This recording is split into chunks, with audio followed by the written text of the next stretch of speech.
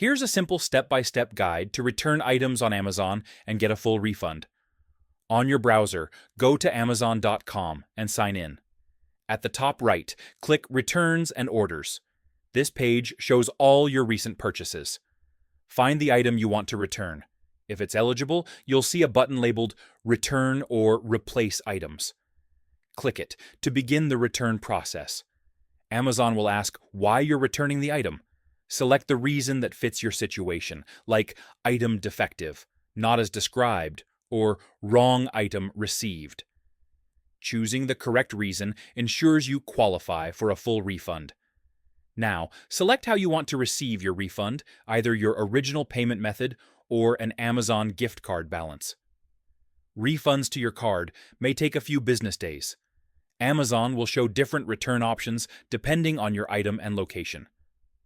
Common choices include UPS drop-off, Kohl's drop-off, Amazon locker return, mail-in-box return. Some options don't require printing a label.